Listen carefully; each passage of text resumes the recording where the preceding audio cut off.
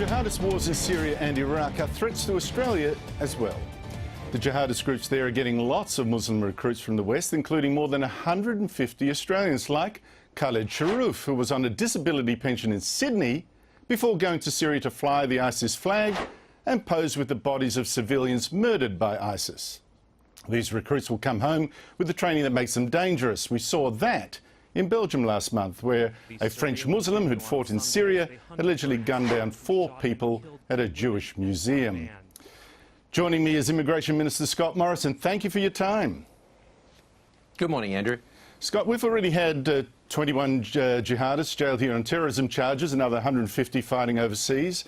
2 Australians have even appeared in an ISIS video telling Muslims to come on over and join the fighting. Now, many Australians would be asking, is it smart in these circumstances to take so many immigrants from Muslim countries? Why expose us to this danger?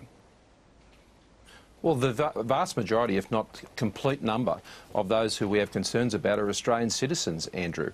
They're the ones who have been identified and have been closely watched, and they're the ones we're on high alert for at our airports, both on the way out and the way in terms of those who might be participating in that dreadful conflict, which is just absolutely despicable. Yes, but more than half the 21 terrorists jailed here were born overseas. Almost everyone else was born to people that came in from the Middle East. Shouldn't we be screening better for cultural compatibility with Australia? Well, when I look at issues under the character test, which is 501, for people of bad character, I'm cancelling visas right across the board, and right across any number of different ethnic backgrounds, be they Anglo-Celtic through to Middle Eastern, through to Asian, to Polynesian, and right across the board. I mean, criminality, Andrew, isn't specific to any one group, and wherever I see it or wherever I think there needs to be a response, then one is provided. I think people know that I'm prepared to act when action is required. Are you actually denying that there's a specific problem with the Middle Eastern immigrants?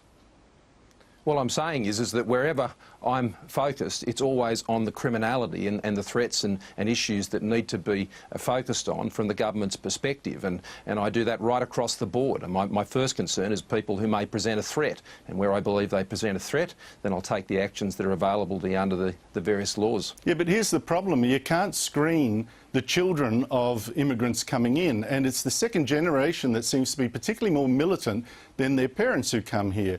And that's why I think, you know, perhaps the issue of immigration from Muslim countries should be considered as a potential problem. Well, what we've found over not just 50 years, Andrew, but longer than that in this country as an immigration country, is that those who come to Australia to work, not to go on welfare, to make a contribution, go right across the spectrum. And that's why we focus our immigration program on people who have skills. And we keep our immigration program at more than 2/3 skills based. And we're very tough when it looks at the other parts of the program to ensure that those matters have integrity. But when you focus on skills, then social cohesion follows, because people come for the right reasons, and that's what we want. People coming here for the right reasons, and that's what our program is focused on. Are you going to up any programs to promote better integration and assimilation of immigrant communities here, particularly from the Middle East? I mean, have a look. Right now, you've got dozens of Australians in Sydney and Melbourne posting messages of support for ISIS, this terrorist group. You've got groups meeting, for example, in Sydney against the backdrop. We've seen a photograph from last December of a sheikh from Perth giving a lecture in Sydney, and behind him is the ISIS logo. What are you going to do to better integrate young Muslims here? Well, the Attorney General's Department in particular have programs that are directly focused on dealing with these types of threats specifically, and obviously ASIO and other agencies are very focused on that as well. But a big part of the challenge, whether it's here or overseas in the UK or in the United States, is actually engaging with communities and getting them on side and helping them to become your biggest supporters and partners in what you're trying to do in particular communities where there may be a threat. Now, that's important in terms of the broader settlement process for refugees or for immigrants more broadly. It's about making sure people can speak English and get a job and not go on welfare. That's the best way to make sure that people integrate, is make sure they're involved in the economy, involved in the society, and not idle or able to be in a position where they can be compromised by people who intend us to do us harm. It's 6 months this week since the last boat arrived. Congratulations.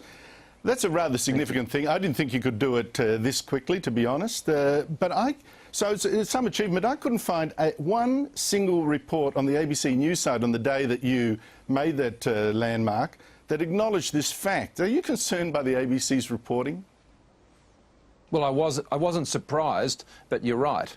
There was very little, if any, coverage, certainly on the website that day, from the ABC or Fairfax for that matter. But, you know, I said at the press conference the other day with the Prime Minister that the only people who are really surprised that something like this could be achieved, the time frame has been positive, and we welcome that. But those who believed it could never be done, and there are many of those in other media, as well as the advocates, as well as the Labor Party, the Greens, they all said it couldn't be done. But we always knew it could because we believed in the policies that we'd always held consistently, and we believed in the people who would implement them, and we knew they just needed the leadership and the direction and the support to get on and do the job, and they've done that. And General Campbell and his whole team, this is their achievement, and but we don't let off. Tomorrow, the same people will be out there protecting the borders who've been out there for the last 6 months. We will never let up on this. So the ABC didn't report that. It's also run dead on the Royal Commission to Union Corruption, as you well know.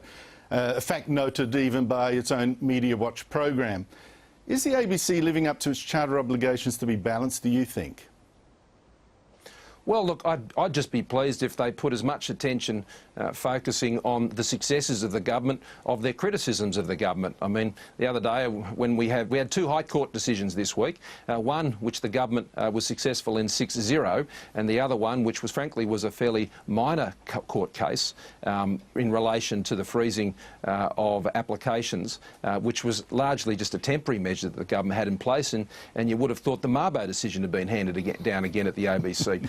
So, look, just a recognition, I think, of the government's achievements as well as its criticisms is what having balance is all about. You've upped the reward, so to speak, the incentive for boat people returning home to $10,000, particularly for Lebanese people from Lebanon. Have you had many takers since you've increased the return fee? Well, our returns policy has been the same for more than a decade, Andrew, and settlement packages are given and tailored specifically to the individual, and they comprise a range of things. I mean, they can involve housing, or they can involve skills training, or things that help people get back on their feet when they return home. Now, we have had a threefold increase in the number of people deciding to go back, and not just from offshore processing, but also here in Australia as well. When we said you weren't getting permanent visas anymore. Excuse me for interrupting, but that threefold increase, has that got anything to do with you increasing the payment? No, because we've only just given ourselves broader scope in more recent times, but ever since we came in, when we said you won't be getting a permanent visa if you're here in Australia already, and we saw the number of people deciding to go home who are here on bridging visas treble. So why did you up the payment then? If it's going so well, why have you just upped the payment? Well, all I'm saying is, Andrew, we've given ourselves greater scope in these cases, particularly offshore, for the IOM and our people working there, where people are considering going home, then we can be in a position, I think, to be able to help them act on that decision that they make. So it's just it's a matter of having more options available because, frankly, I mean, it costs just to have someone in the community, Andrew, on a bridging visa around about $45,000 a year. Now, the Labor Party's view is that they should all stay here and be on welfare for life, along with the Greens. Now, if people are deciding to go home, then I'm going to encourage them to do that. Scott Morrison, thank you so much for your time. Thanks a lot, Andrew. Coming up.